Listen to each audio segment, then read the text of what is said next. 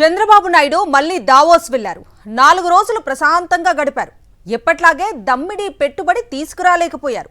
తన పేరు చెబితేనే ఏపీకి పెట్టుబడుల వరద పారుతుందని పదే పదే చెప్పుకునే చంద్రబాబు నాయుడు ఆయన విజనరీ అద్భుతం అంటూ డబ్బా కొట్టే ఎల్లో మీడియాల సాక్షిగా మరోసారి దావోస్లో బాబు గారు మరో ఫ్లాప్ షో చేశారు.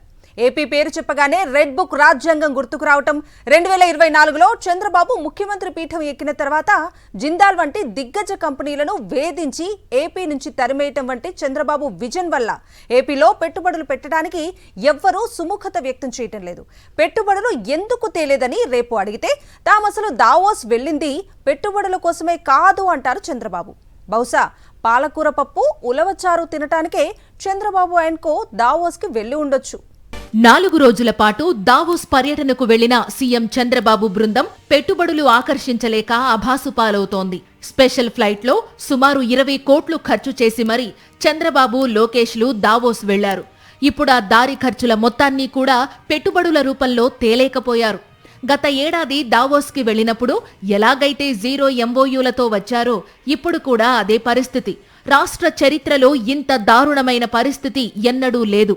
గతంలో దావోస్ పర్యటనలకు వెళ్లినప్పుడు MOUలు చేసుకోవడాన్ని గొప్పగా చెప్పిన లోకేష్ ఇప్పుడు అసలు దావోస్కి మేం MOUల కోసం వెళ్లలేదని బుకాయిస్తున్నారు. దావోస్ వెళ్లి అక్కడ కూడా ముందు టీడీపీ కార్యకర్తలతో మీటింగ్ పెట్టి ఎప్పటిలానే వైఎస్ జగన్ పై దుష్ప్రచారం చేశారు. ఇది చూసి పారిశ్రామికవేత్తలంతా విస్తుపోయారు. పక్క రాష్ట్రాల ముఖ్యమంత్రులంతా పెట్టుబడుల MOUలను చేసుకుంటుంటే చంద్రబాబు, లోకేష్లు మాత్రం ఉత్తి సమావేశాలకే పరిమితమయ్యారు. పబ్లిసిటీ కోసం 3 కోట్లు ఖర్చు పెట్టి ఓ 4 ఇంటర్వ్యూలు, 400 ఫోటోలకే పరిమితమయ్యారు. 2022లో వైఎస్ జగన్ ప్రభుత్వంలో వైఎస్ జగన్ టీం దావోస్ వెళ్లింది. అప్పుడు 1,26,000 కోట్ల మేరకు MOUలు కుదుర్చుకున్నారు. వైఎస్ జగన్ ప్రభుత్వంలో విశాఖ గ్లోబల్ ఇన్వెస్ట్మెంట్ సమ్మిట్ నిర్వహించారు. 13.5 లక్షల కోట్ల పెట్టుబడులకు MOUలు చేసుకున్నారు. విశాఖలో గ్లోబల్ సమ్మిట్ పెడితే అంబానీ, అదానీ, జిందాల్ వంటి పెద్ద పెద్ద పారిశ్రామికవేత్తలు వచ్చి రాష్ట్రంలో పెట్టుబడులు పెట్టారు.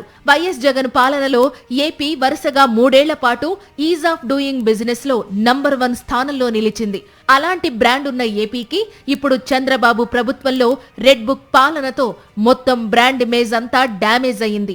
జిందాల్ వంటి పారిశ్రామికవేత్తలను కూడా బెదిరించడం వలన ఈ రోజు దావోస్ వేదికపై MOUలు చేసుకోవడానికి ఎవ్వరూ ముందుకు రావడం లేదు. జగన్ హయాంలో చేసుకున్న MOUలే ఇప్పుడు ఏపీలో గ్రౌండ్ అవుతున్నాయి. వాటిని చంద్రబాబు ప్రభుత్వం తమ ఖాతాలో వేసుకుని పబ్లిసిటీ చేసుకోవడం చాలా చీప్ గా ఉందని సోషల్ మీడియా ట్రోల్ చేస్తోంది. అధికారంలో ఉన్నప్పుడల్లా పెట్టుబడుల కోసమంటూ ఏడాదికి ఒకసారి బాబు, లోకేష్ దావోస్ టూరుకు వెళ్లడం, ఉత్తి చేతులతో తిరిగి రావడం షరా మామూలైపోయింది.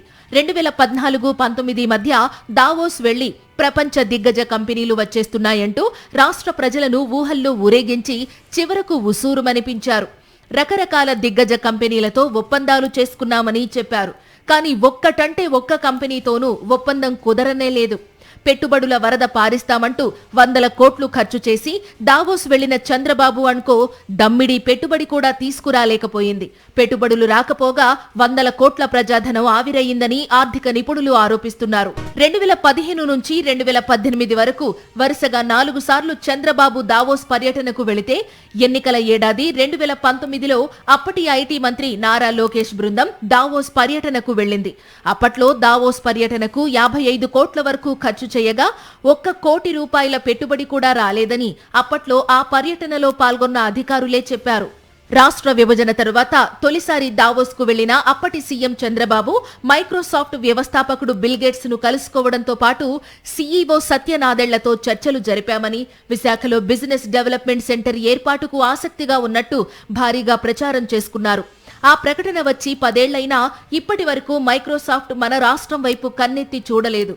అంతేకాదు Infosys, Wipro, Deloitte, Pega systems ఇలా అనేక ఐటీ కంపెనీలు రాష్ట్రానికి వస్తున్నట్టు ఊదరగొట్టారే కానీ ఒక్క ప్రాజెక్టు కూడా చంద్రబాబు హయాంలో తీసుకురాలేకపోయారు. గత ఏడాది దావోస్ వెళ్లి పెట్టుబడులు తేలేకపోయారు. దాన్నే ప్రశ్నిస్తే దావోస్ వెళితే పెట్టుబడులు తేవాలన్న రూలేమన్నా ఉందా అని చంద్రబాబు తనకే సాధ్యమైన వితండ వాదన చేశారు. ఈ ఏడాది కూడా డిటో. 2014-2019 మధ్య కాలంలో దావోస్ వెళ్లినా పాలకూర పప్పు తిని వచ్చారే తప్ప పావలా పెట్టుబడి తేలేదు.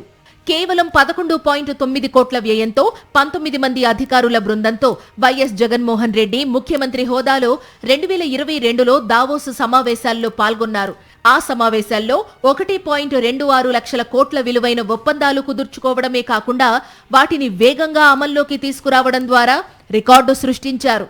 టెక్ మహీంద్రాతో బయో ఇథనాల్ ప్లాంట్ ఏర్పాటుకు ఒప్పందం చేసుకుని రాజమండ్రిలో స్థలం కేటాయించారు. 200 కోట్ల రూపాయలతో ప్లాంట్ను ఏర్పాటు చేయడమే కాకుండా ఉత్పత్తి కూడా ఆరంభమైంది. 1000 కోట్లతో అదానీ గ్రూప్తో ఒప్పందం చేసుకున్నారు. అరబిందో, గ్రీన్కో, గ్రీన్ ఎనర్జీ ప్లాంట్లను తీసుకువచ్చారు. లక్షల కోట్ల పెట్టుబడులు తెచ్చినా జగన్మోహన్ రెడ్డి ఆర్భాటంగా ప్రచారాలు చేసుకోలేదు. ఒక్క పైసా పెట్టుబడి తేలేకపోయినా చంద్రబాబు అండ్ కో వారి ఎల్లో మీడియాలు మాత్రం భూమి ఆకాశాలు బద్దలయ్యేలా ప్రచారం చేసుకుంటున్నారు. దావోస్ కు మరోసారి బాబు విఫలయాత్రను చేసినా చంద్రబాబు సాధించింది ఏమైనా ఉందా అంటే అక్కడి హోటల్లో చలి చంపేస్తోన్నా స్వెటర్ వేసుకోకుండా కూర్చోవడమే. అది కూడా వారి ఎల్లో మీడియా హైపే. అంతకు మించి ఏపీకి ఒరిగింది శూన్యమని ఆర్థిక రంగ నిపుణులు అంటున్నారు.